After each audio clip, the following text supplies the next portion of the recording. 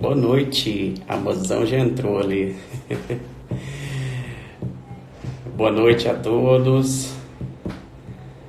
Vamos aguardar aí o pessoal que está chegando.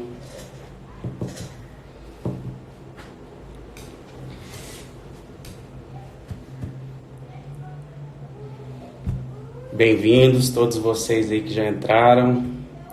Sejam bem-vindos aí nessa live, onde eu vou procurar tentar esclarecer algumas das alterações que foram feitas através aí dessa medida provisória 927 e 928 pelo presidente da República, em razão da pandemia do coronavírus, e foi estabelecida através de um decreto de número 6, o estado de calamidade pública, e esse decreto ele estabelece que a calamidade pública durará até 31 de dezembro de 2020, e aí eu vou falar sobre algumas das alterações que vão impactar, já estão impactando nas relações trabalhistas, no contrato de trabalho de cada um, de vocês empregados.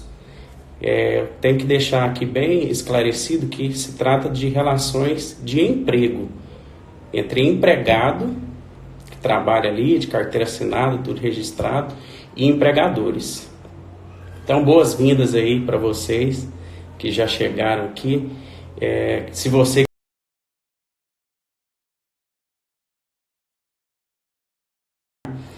aí embaixo tem um desenho, tipo de um aviãozinho, que você pode compartilhar essa live com mais algum amigo que você queira. Então, vamos iniciar aqui. Primeiramente, eu gostaria de me apresentar.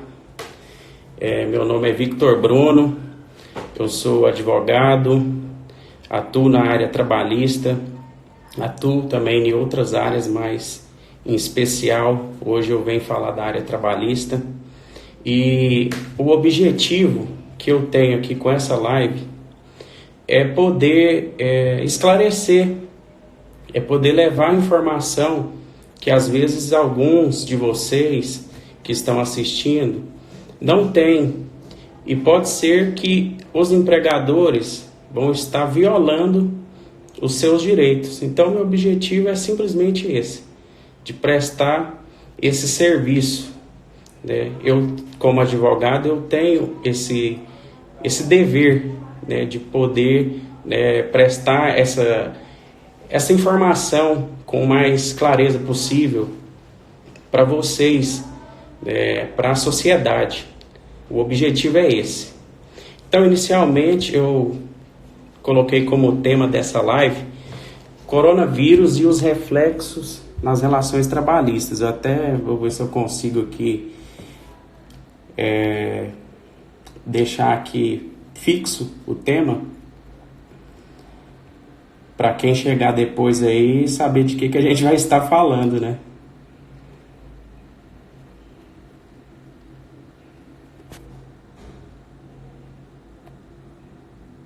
Acho que o tema é esse.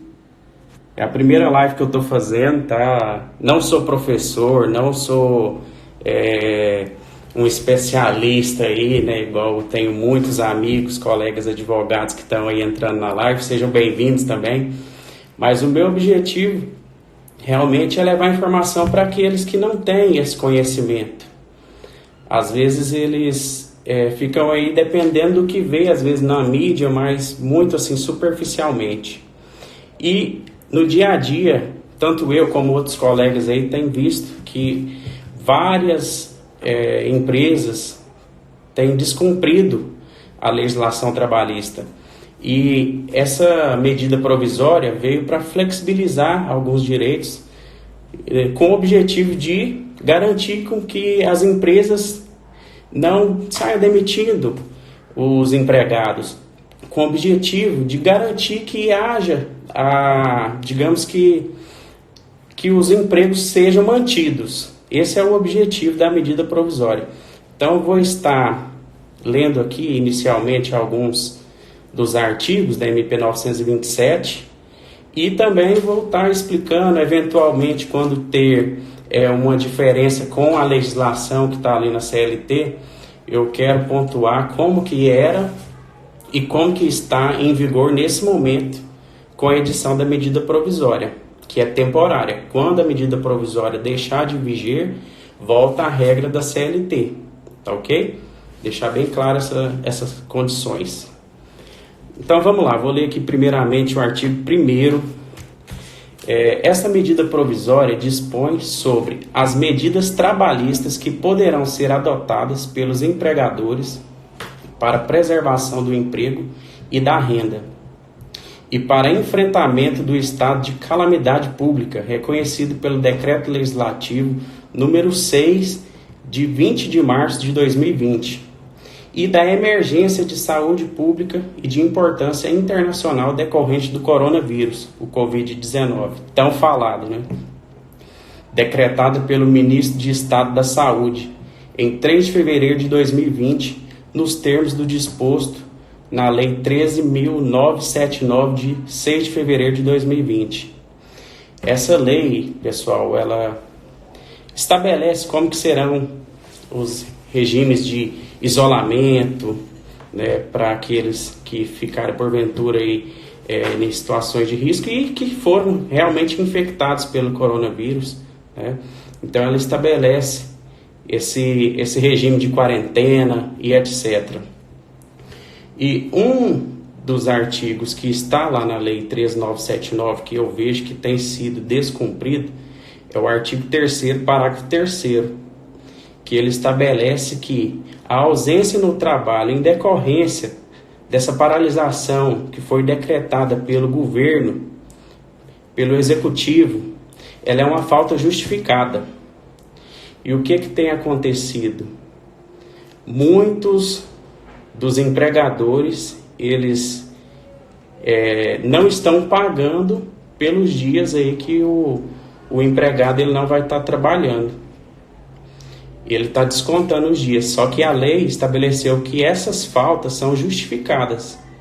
Então, mesmo que o empregado não esteja trabalhando, pelo entendimento que ficou estabelecido no artigo 3º, parágrafo 3º da Lei 13.979, essa falta é justificada, então ela deve ser paga como dia trabalhado para o empregado. Então vamos seguir adiante aqui. Esse foi um alerta para você. Às vezes você sabe de alguém aí que está sem trabalhar e sem receber, né? Mas a lei fala que é uma falta justificada. O artigo 2º fala que durante o estado de calamidade pública, que se refere ao artigo 1º, o empregado e o empregador poderão celebrar acordo individual escrito, a fim de garantir a permanência do vínculo empregatício, que terá preponderância sobre os demais instrumentos normativos, legais e negociais, respeitados os limites estabelecidos na Constituição. Então aqui é o objetivo pelo qual foi decretado pelo presidente da República essa medida provisória, que é garantir a permanência do vínculo empregatício. E o que eu tenho visto? Em alguns estados, inclusive já tem decisão, empresas estão demitindo, algumas até todos os empregados. E já teve uma sentença lá em Santa Catarina, em que a juíza mandou reintegrar todos esses empregados que foram demitidos por causa da pandemia do coronavírus. E aí o que acontece? A juíza ela ainda pode estabelecer uma multa diária pelo descumprimento da sentença, da ordem dada. Então, o objetivo da MP é esse. Tem empregadores que estão usando ela como argumento para poder demitir todos os empregados. Alguns estão querendo enquadrar como um objetivo até do fato do príncipe, né? Que é para ele, digamos, né, se eximir de pagar as verbas trabalhistas na rescisão. E o entendimento não é esse. Eles estão aplicando o artigo 486 de maneira equivocada. Porque o fato do príncipe, esse é o meu entendimento e o entendimento de vários dos juristas que eu acompanho, é de que ele seria devido caso, por uma medida tomada pelo executivo, pelo governador, por exemplo, ou por um prefeito, ele cessasse definitivamente ou temporariamente as atividades da empresa por completo e ela não pudesse ser retomada. Digamos, a empresa fica numa região comercial por medida do governo, ele quer desapropriar aquela área ali e a empresa vai cessar completamente as atividades e ela vai ter que demitir todos os empregados, digamos, por exemplo. E aí, esse caso poderia enquadrar o fato do príncipe, mas a empresa, ela deveria pagar as verbas rescisórias e a única aplicação que seria por fato do príncipe era que o Estado poderia ser responsabilizado a pagar verba de natureza indenizatória, que na vigência atual da CLT seria apenas a multa de 40% sobre o FGTS. E alguns doutrinadores entendem que também o aviso prévio, mas é bem controverso, não é pacificado esse assunto. Então, essa é uma medida que não se aplica. Outros estão, como a própria lei estabelece no artigo 1º, que é um motivo de força maior. Ela pode ser enquadrada aqui, né, como uma dispensa por motivo de força maior, porque ninguém esperava.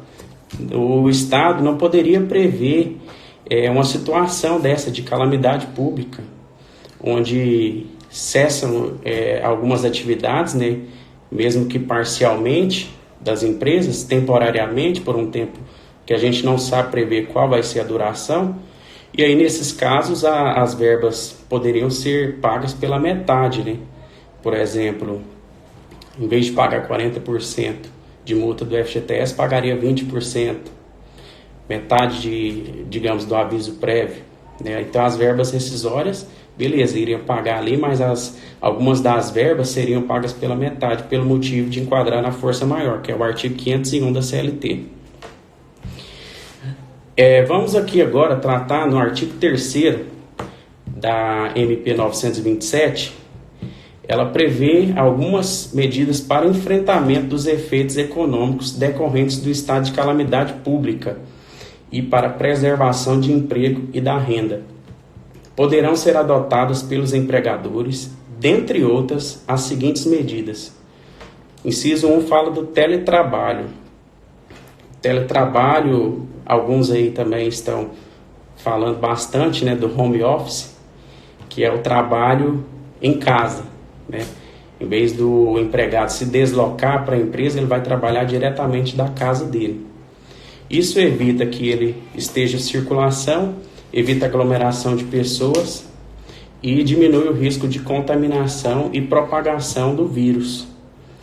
E quando o empregador ele estabelece que o regime de trabalho vai ser pelo teletrabalho, a medida deve ser, isso antes da vigência da medida provisória, ela deve ser pactuada por escrito, né?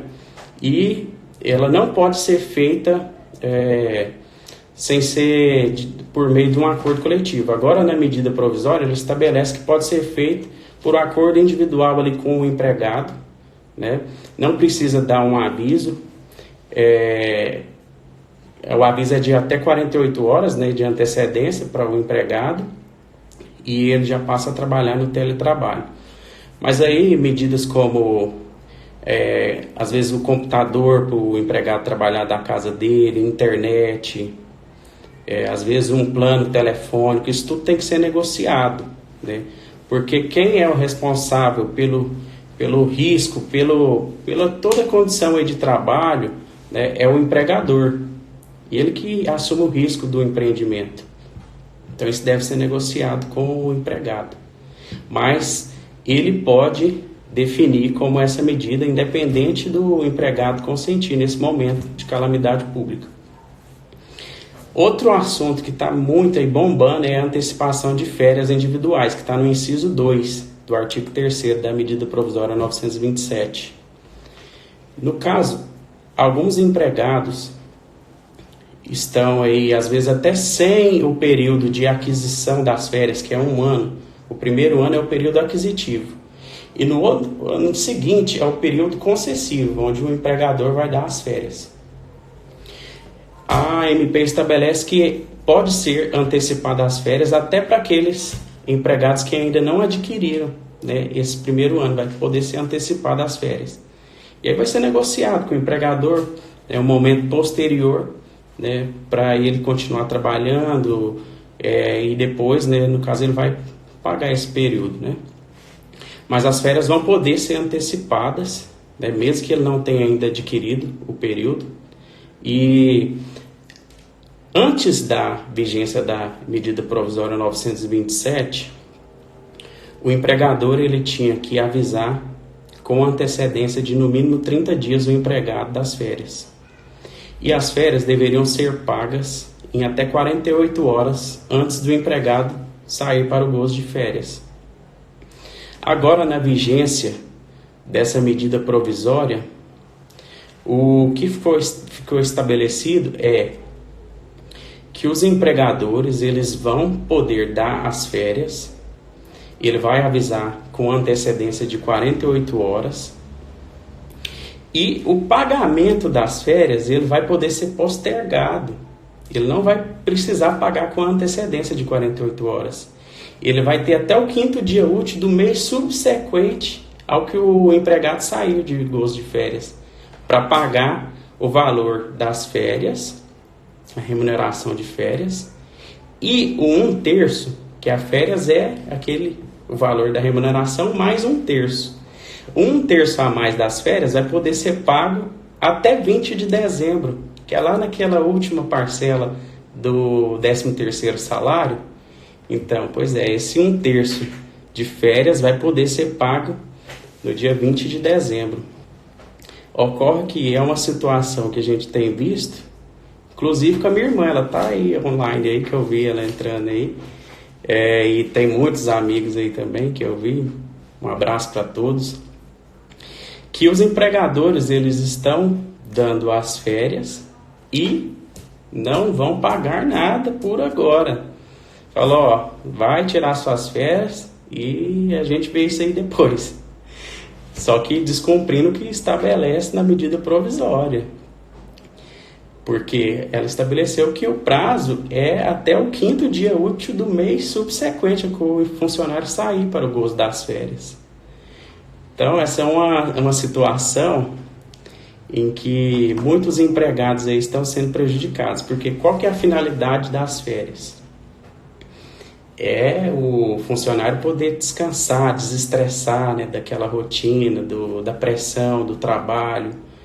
Ocorre que o empregado ele vai sair sem um planejamento, a medida provisória autoriza antecipar essas férias, e é bom destacar aqui que quem escolhe o mês de férias do empregado é o empregador, é o seu patrão, não é o empregado que escolhe quando ele vai tirar férias, é o empregador. Só que não é assim, simplesmente dar férias e não vou pagar e pronto, e acabou. A MP elasteceu o prazo, mas ele tem até o 5º dia útil do mês subsequente para fazer o pagamento. Entendeu? E isso aí é o que eu estou vendo que algumas empresas não estão cumprindo, né, e que não está correto.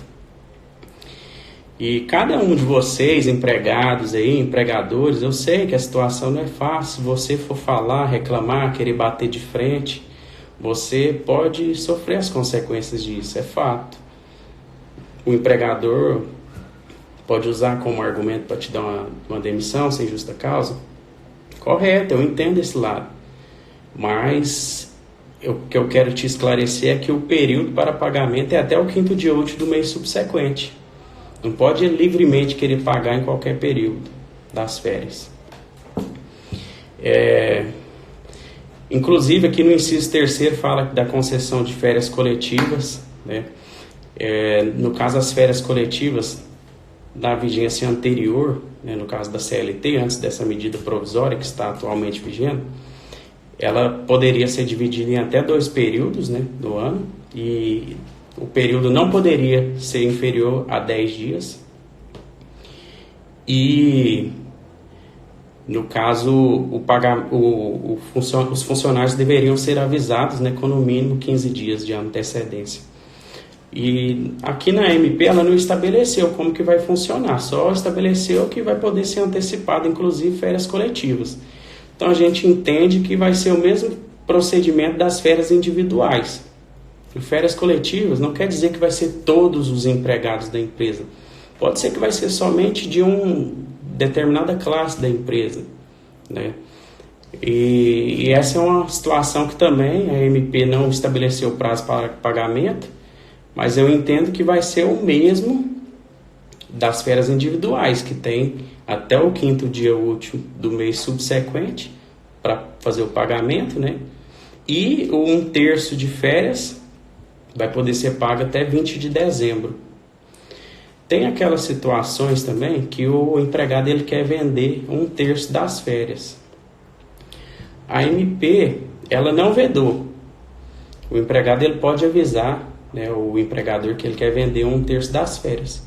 Porém, o pagamento ele vai poder ser feito até o prazo, que eu entendo, né, esse terço de férias até o dia 20 de dezembro, né? Igual vai ser 1/3 de férias, a antecipação aí, no caso, vai ser antecipada férias coletivas também, mas o empregado que quiser vender 1/3, esse 1/3 ele vai ser pago somente em 20 de dezembro, no final do ano. O inciso 4 fala do aproveitamento e a antecipação de feriados. Essa aqui é uma situação em que a medida provisória ela fala que vai poder compensar, digamos, esse período que os funcionários vão ficar sem trabalhar devido à quarentena, eles vão poder ser compensados posteriormente, inclusive em feriados não religiosos, que a medida provisória fala. Então, por exemplo, os dias que o empregado está ficando sem trabalhar agora durante a quarentena, o empregador vai poder exigir que esse empregado trabalhe nos feriados no decorrer do ano, exceto feriados não religiosos. Aí, para ser feriados religiosos, vai ter que ter um acordo por escrito com esse empregado. Mas outros feriados como 7 de setembro, 15 de novembro, esses feriados o empregador vai poder funcionar e ele vai poder exigir que o empregado trabalhe, mesmo sem o consentimento dele, para compensar esses períodos agora que vai ficar fechado. O inciso 5 fala do banco de horas. O banco de horas, ele pode ser feito, inclusive negativo. Banco de horas é aquela situação que o empregado ele vai fazendo horas extras e vai acumulando horas. E alguns, a maioria, pode ser que não tenha horas, inclusive por isso a MP vai autorizar o banco de horas negativo. Ele não tem horas extras, a empresa, devido à quarentena, vai estar fechada e esse empregado ele vai, no caso, estar sem trabalhar, mas vai estar somando essas horas lá no banco de horas dele negativo, para quando voltar a ter as atividades e funcionamento, os empregadores eles vão poder exigir que o empregado faça até 2 horas extras diárias, ou seja, em vez dele trabalhar só as 8 horas diárias, ele vai poder trabalhar 10 horas diárias.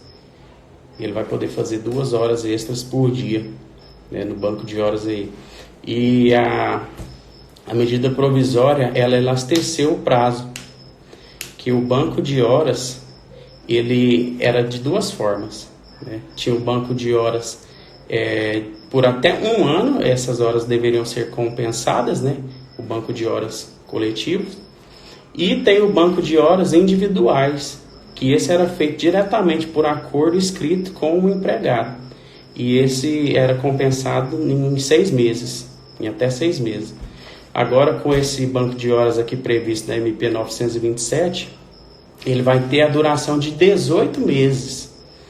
Então, todo esse período agora negativo que o empregado ele não tinha horas extras e ele vai ficar com horas negativas devido à empresa estar fechada na quarentena, as empresas vão ter 18 meses para poder compensar essas horas.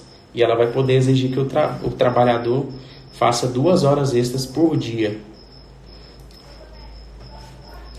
O inciso 6 fala de suspensão de exigências administrativas em segurança e saúde no trabalho.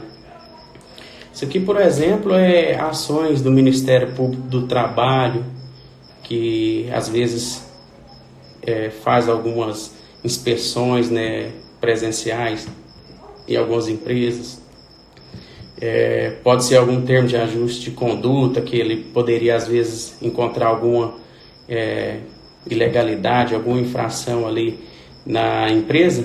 Então esse período agora da vigência da MP, ela prevê uma suspensão dessas fiscalizações aqui e inspeções, né, administrativas. O inciso 7 fala do direcionamento do trabalhador para a qualificação. Isso aqui foi até um assunto polêmico.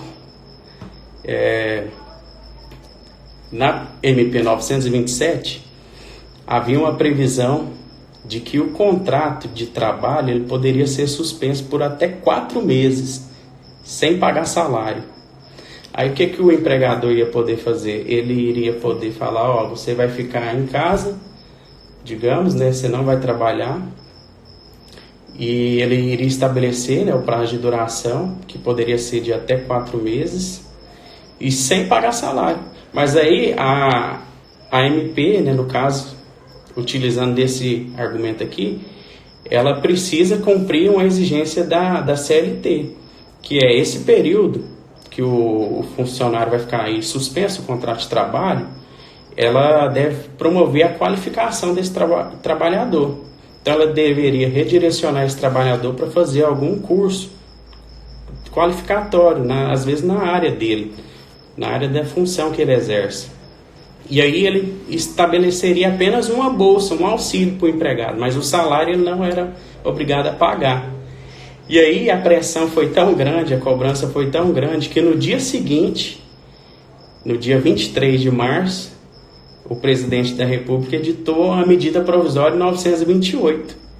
E a medida provisória 928 revogou essa suspensão do contrato de trabalho por até 4 meses sem pagar salário.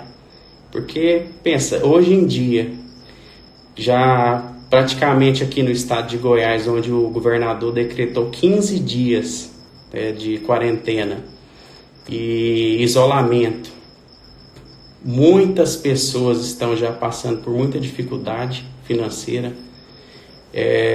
Imagina se ele pudesse ficar até 4 meses sem salário, vai viver como? Então é uma medida que é impensada, é irracional. Então, devidamente foi derrubada, né, essa medida provisória. O presidente, no dia seguinte, ele já voltou atrás e revogou esse artigo 18 da MP 927, que previa essa suspensão sem pagar salários. O inciso 8 do artigo 3º fala do diferimento do recolhimento do Fundo de Garantia do tempo de serviço. A questão aqui se trata que os empregadores, eles devem fazer o recolhimento do Fundo de Garantia por tempo de serviço no mês subsequente ao trabalhado. Todos os meses ele deve fazer o recolhimento do FGTS. Ocorre que agora, na vigência da medida provisória, ela autoriza que ele fique sem pagar essas contribuições, esse recolhimento do Fundo de Garantia, por 3 meses.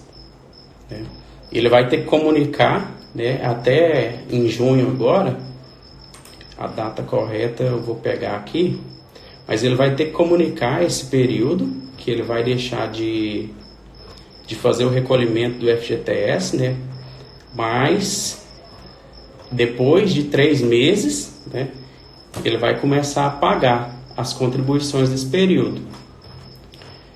Então eu vou pegar aqui a data certinha para poder passar para vocês desse período aí. São muitas informações, né, meus amigos? Mas assim, eu vou procurar passar aqui com a maior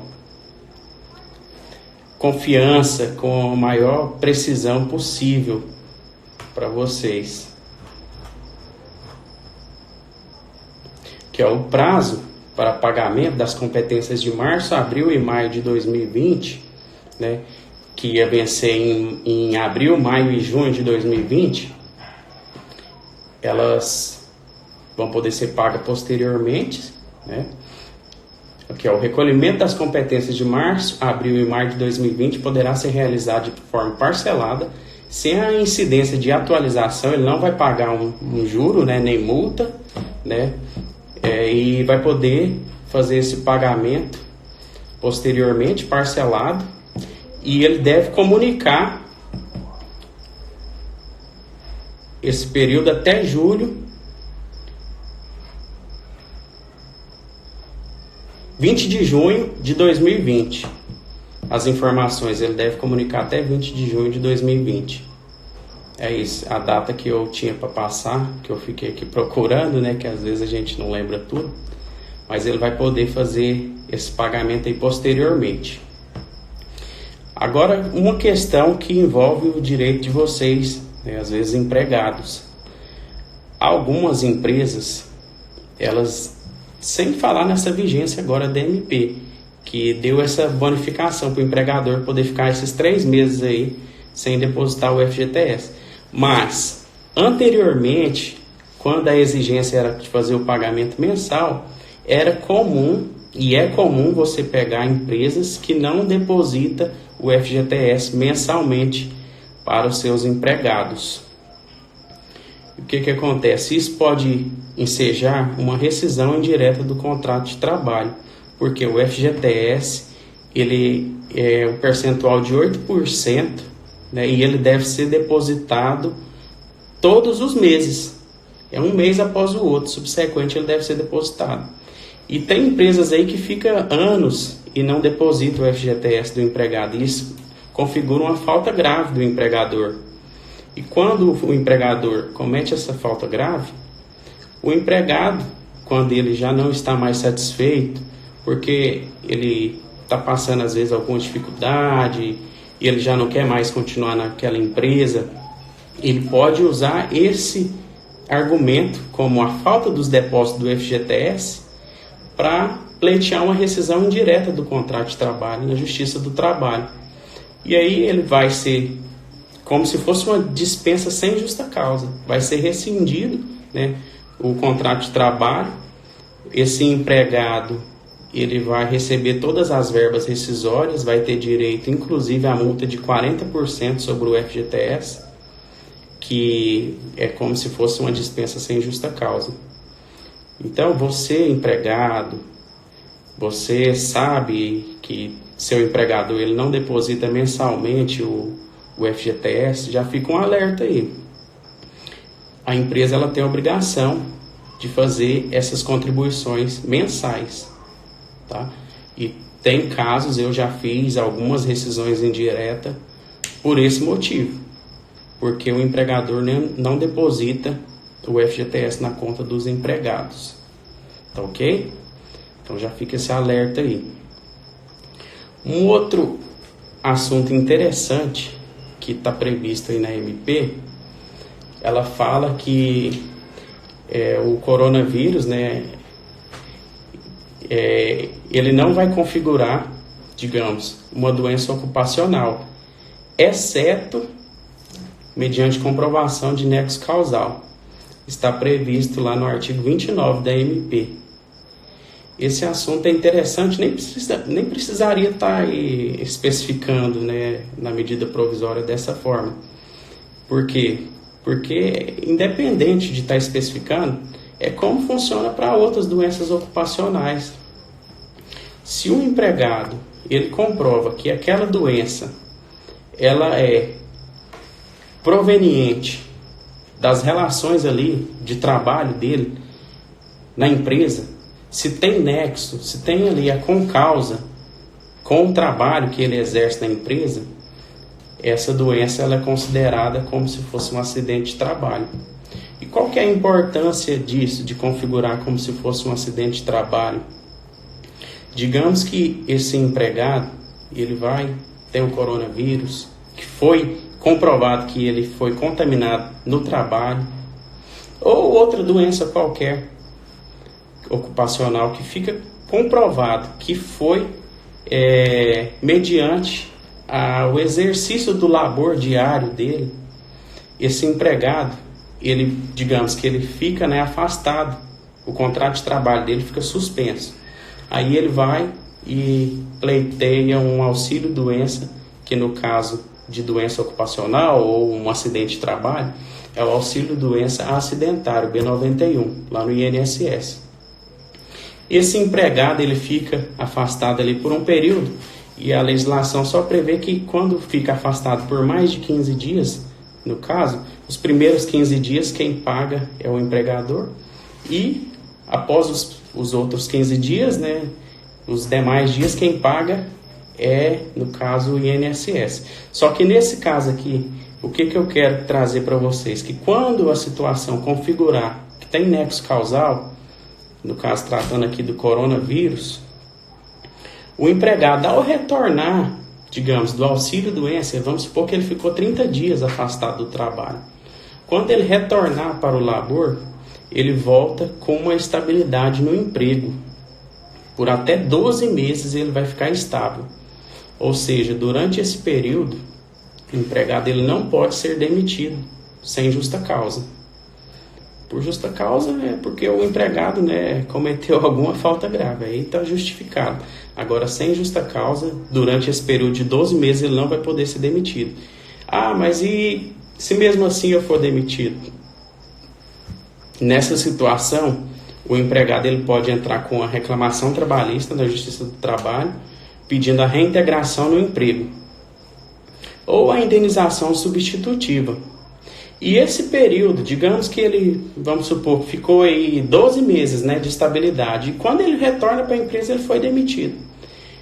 Aquele empregador, né, caso, né, na Justiça do Trabalho ficar comprovado que foi uma doença, né, que teve nexo causal, ou é um acidente de trabalho mesmo, né, ele vai ter estabilidade. Então, o empregador ele vai ter que reintegrar esse empregado, né, e pagar a indenização do período que ele ficou afastado do emprego. Digamos que o empregador não queira reintegrar, aí ele tem que indenizar o período. Se for os 12 meses, ele vai ter que pagar os 12 meses de salário do empregado. E se não for 12 meses, digamos que ele trabalhou lá 1 mês, 2 meses, 3 meses depois, aí o empregador foi e demitiu ele. O período que faltava para completar os 12 meses, o empregador vai ter que indenizar, pagar os salários e demais vantagens desse período. Então, essa é a importância de configurar como um acidente de trabalho, né, uma doença ocupacional que tem nexo causal. Por isso que o coronavírus, mesmo que a lei fala que não serão considerados, né, ocupacionais, se comprovar que tem nexo causal, que foi contaminado no emprego, vai configurar como se fosse um acidente de trabalho, uma doença ocupacional que é equiparada a um acidente de trabalho. Beleza?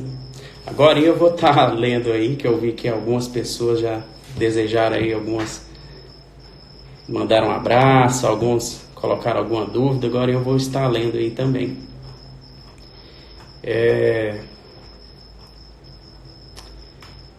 Tem um assunto interessante também que eu gostaria de tratar aqui com vocês. Fala dos profissionais da saúde, que os profissionais da saúde que trabalham até 12 horas diárias, geralmente faz 12 por 36, né? Eles também poderão ter essa jornada prorrogada, que, na minha opinião, eu sei que é necessário, às vezes, devido à pandemia, que vai ter muitas contaminações, mas é algo assim que a gente tem que pensar também na saúde desse profissional, que ele já está ali, digamos, 12 horas de trabalho, né, do plantão dele normal, e aí a medida provisória 927 ainda autorizou prorrogar essa jornada a partir da 13ª à 24ª hora. É uma questão que, no meu entender, prejudica a saúde desse empregado, que já vai estar ali trabalhando numa situação de risco, né? Um profissional da saúde que está ali no embate, frente a frente com o vírus, né? Com pessoas que estão aí, ou estão com suspeita de estarem contaminados, ou realmente podem estar contaminados com coronavírus. E a medida provisória autorizou ainda essa prorrogação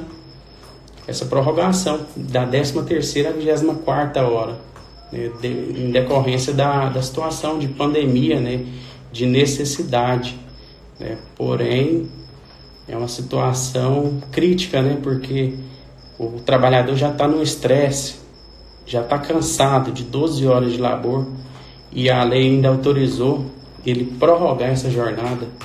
Isso prejudica muito a saúde do trabalhador, que vai estar ali, né, em risco maior de contaminação e ainda cansado, esgotado, né, depois de cumprir 12 horas de trabalho.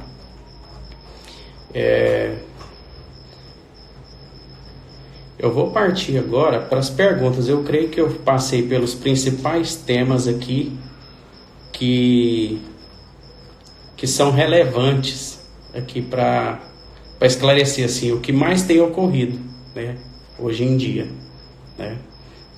Então vamos aqui, vou aqui ler algumas perguntas, vou tentar aqui, né, sanar algumas, né? Como eu disse antes, aqui eu não sou um professor, eu estou aqui buscando transmitir um pouco de informação, principalmente para aqueles que não são profissionais do direito, que são cidadãos aí, mas que não têm o esclarecimento do que tem acontecido aí, e se pode ou não pode o empregador fazer isso. Aqui a Tayane, essa Tayane aí é minha irmã, tá, pessoal? Ela falou: se for feito um aditivo do contrato individual e o funcionário assinar concordando, eu creio que ela queria falar concordando, seria permitida as férias coletivas sem pagamento? No meu entender, eu creio que, apesar dele concordar em sair, não é permitido ficar sem o pagamento, no meu entender. E eu creio que, quando essa situação chegar na justiça, o entendimento dos magistrados vai ser o mesmo. Porque a medida provisória 927 já flexibilizou, já deu essa colher de chá aí para os empregadores. Eles vão poder dar as férias, mesmo individuais ou coletivas, e não vai precisar pagar com os 2 dias de antecedência, vai poder pagar até o 5º dia útil do mês subsequente ao que o empregado saiu em gozo das férias.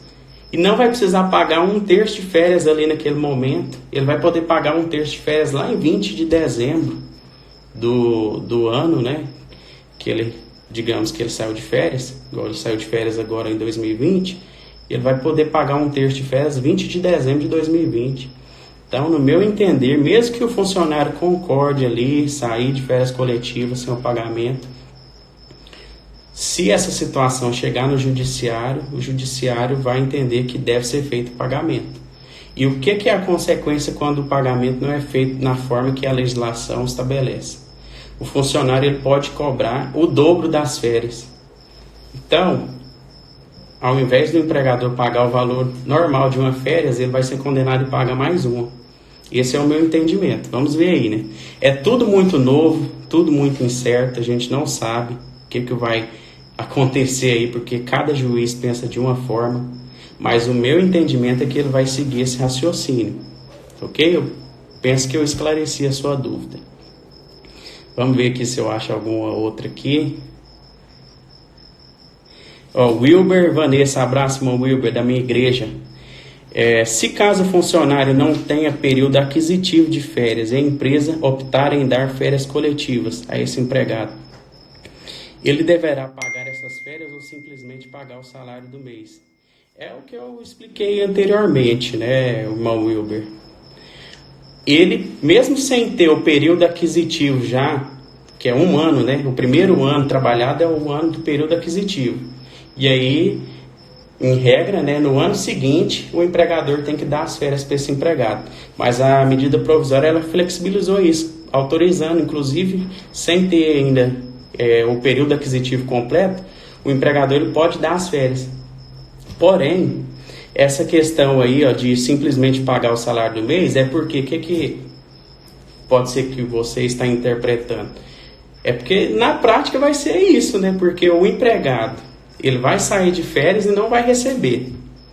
E aí, no 5º dia útil do mês subsequente, o empregador vai pagar um mês praticamente ao salário, porque férias é o salário mais 1/3, né?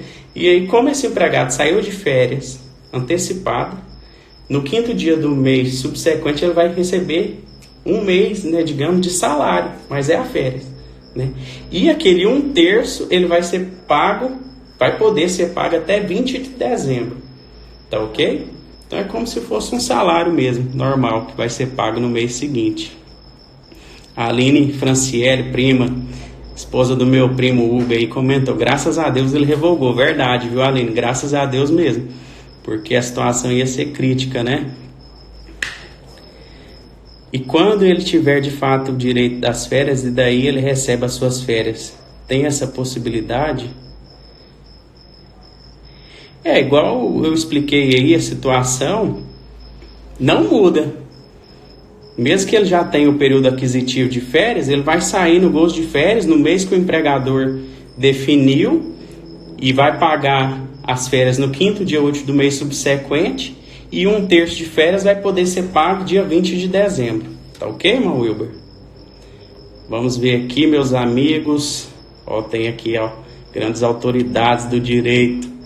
Dr. Fabier Rézio, meu professor da graduação na Fazan. Dr. Gustavo Pascoal, meu mestre, é o cara do direito do trabalho. Um abraço aí para vocês. Minha sogra, Dona Marlene, um beijo para a senhora. Muitos amigos aí, amigos do colégio, ó, Bruno Henrique, irmãos da igreja, Hélio, Carla, um abração para você. Cleito Contígio, esse aí é o Cleitão, amigo da época da Rival Calçados, onde eu fui gerente, trabalhamos ali quase 9 anos juntos. Um abração, Cleitão. Candidato a vereador aí nas eleições aí de Goiânia. Boa sorte para você. Abração pro meu primo aí, Márcio, do The Garden. Tem um espaço aí no Jardim Fonte Nova, The Garden. Bruno Rezende, abraço, Bruno Rezende. Raíssa Lobo. Minha prima, Lidinha, um abraço. Simone Freitas. E Júnior, o Juninho da minha igreja. Tudo de bom para você. Escuderia Online, um abraço para você, meu irmão. IEADA, quadra 51, essa é a minha igreja. Um abraço para todos os meus irmãos aí que estão acompanhando a live. Janete Barbosa, uma tia minha lá do Tocantins, um beijo, tia. A senhora é muito especial. Doutora Wanda, Correia Wanda, advogada também que trabalhou comigo aí no escritório aqui de Goiânia. Vinícius Presidente, abraço, meu irmão, trabalhou comigo também na Rival Calçados. Jéssica Malu trabalhou comigo também no escritório. Abraço, Jéssica Malu, colega, grande advogada. Lucas Tales, esse aí, ó, um grande amigo também que trabalhou comigo na Rival Calçados. Hoje ele está no exterior. Desejo sucesso para você. Letícia Lupina, um abraço. Marli Marçal, não conheço ainda pessoalmente, mas ela é minha professora, que eu já tenho um carinho enorme por ela, muito inteligente, sabe tudo de direito previdenciário. Um dia eu quero ser como você, doutora Marli Marçal, vou crescer muito ainda, viu? Um abração, tudo de bom. Aniclene, Július, amigos aí, irmãos da igreja, hoje não estão lá conosco, mas são servos de Deus. Wellington Amadeu, um abraço. Rosana, prima minha também, um abraço, mora no Rio de Janeiro. Denis Augusto, meu irmão da igreja, está em recuperação aí, né? Fez uma cirurgia, um abraço para você. Então, um abraço para todos aí. Vinícius de Souza, Silésia, Açaí Alxadai, Bloco Trabalhista, um abraço. Irmão Eri, Luan, amigo também que trabalhou comigo na Rival Calçados. Grande abraço aí. Cristina Medeiros, Luciana Logos, Jales. Todos vocês aí são pessoas especiais. Ó, Tiago, pré-candidato, esse aí é um amigo também que trabalhou comigo na Rival, candidato a vereador em Aparecida de Goiânia. E quem é de Aparecida aí, vota nele, hein? Tudo de bom aí. Meu cunhadão, Washington, um abraço pra você. Você é o cara. Evangelista Rony, hoje já nem é mais evangelista, né? Tem que atualizar aí, companheiro. Você já é pastor, viu? Não foge da raia, não. Sei que você é fera. Pastorzão lá, auxiliar na minha igreja. Qual pastor? Do meu pastor, pastor Edson. Emerson Dias, abraço, meu parceiro. Thaísa, abraço pra você. Emerson Dias aí também trabalhou. Não, o Emerson Dias é um amigo aí da região lá do Fim Social. Tainara, prima, abraço. Abraço para todos vocês aí. Minha esposa, um beijão. Luna Diniz, te amo, meu amor, linda. Então, eu creio que tenha respondido aí as dúvidas. Diegão, um abraço, Diegão. Amigo, parceiro. Tá sumido, né? Tá me devendo aí um churrasco. Tia Marlúcia, um beijo para você. Espero que eu tenha mesmo contribuído aí com essas informações aí. Evelyn, prima, abraço. A Ró, não sei quem é, mas um abraço para você. Tem uma pergunta aqui do Dr. Tiago Linhares, um grande advogado também previdenciário, que ele dá aula na pós-graduação também da Rede Júris. Tá me fazendo uma pergunta aí bem difícil, né? Victor, qual a solução que você entende para as domésticas? Como afastar? Difícil, hein, doutor? Difícil, mas no meu entendimento, eu creio que devido àquele contato muito próximo, né, com a família ali, com aquele núcleo familiar, a empregadora, né, dessa doméstica, ela deveria às vezes dar uma férias antecipada para essa doméstica. A gente sabe que teve até um caso aqui no Brasil recente que a empregadora doméstica ela veio do exterior e ela estava contaminada com o coronavírus e a sua empregada doméstica foi contaminada e ela faleceu em virtude do coronavírus. Então, esse é um risco muito grande, né, dependendo da situação aí, para o empregador, porque nesse caso específico está diretamente vinculado o nexo causal da contaminação com o ambiente de trabalho. É a situação que eu falei, que configuraria o acidente de trabalho. E aí, nesse caso, os herdeiros aí, né, porventura dessa empregada doméstica, eles vão poder pleitear indenizações na Justiça do Trabalho. Por exemplo, danos materiais, danos morais, entendeu? Vai poder cobrar todas as verbas trabalhistas que eram devidas para ela, vão fazer levantamento de FGTS, dentre outros, e ainda vão poder exigir uma indenização, né? Porque a doença foi em virtude do trabalho, foi contaminada no seu local de trabalho. Abraço aí, Moraes Silvani, minha prima, lá do Rio de Janeiro. Tudo de bom para você, prima. Então, tem uma outra pergunta aqui. Sobre os R$600, o meu pai é aposentado e recebe R$1.200 e minha mãe é MEI, ela tem direito?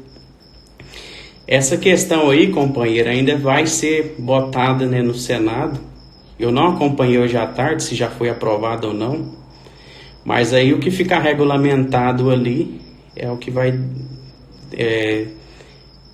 definir as normas de quem vai ter direito ou quem não vai ter direito. O que eu sei é que foi aprovado na Câmara, né, o benefício aí de R$600, ele vai poder ser para até 2 pessoas do núcleo familiar, né, essa família vai ter que ser baixa renda, né, e aí o parâmetro que a lei estabeleceu como baixa renda é até meio salário mínimo per capita. O que é isso? A renda familiar vai ser calculada, digamos, o salário da família, digamos que é R$2.000, o salário da família.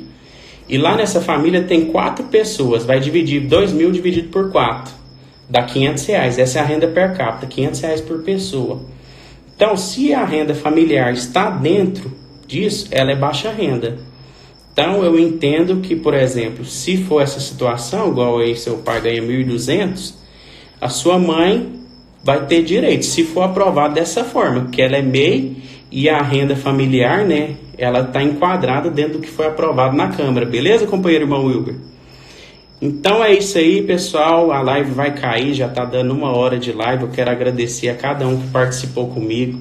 Deixo aqui o meu sentimento aqui é que todo mundo aí não seja aí afetado mais do que já foi por esse coronavírus, né? Que vocês fiquem bem. E uma mensagem que eu deixei até no grupo de empreendedores da minha igreja: em tempos de crise, existem 2 grupos de pessoas. Aqueles que vão ficar chorando e aqueles que vão vender lenço para os que estão chorando. Então vamos ser esse segundo grupo que vai vender lenço. Aproveite as oportunidades, não vamos ficar chorando pelos cantos, vamos fazer acontecer. Certinho? É esse o meu desejo para cada um de vocês. Fiquem todos com Deus. Eu espero que eu possa ter contribuído com vocês. Agradeço de coração a cada um que participou comigo. Tá? É para mim uma honra muito grande. Foi a minha primeira live. Desculpa aí às vezes algum nervosismo, que é muita informação para passar e às vezes a gente fica até com medo de não conseguir, né, passar o que a gente pretendia, mas eu procurei me esforçar para fazer da melhor maneira e mais esclarecedora possível.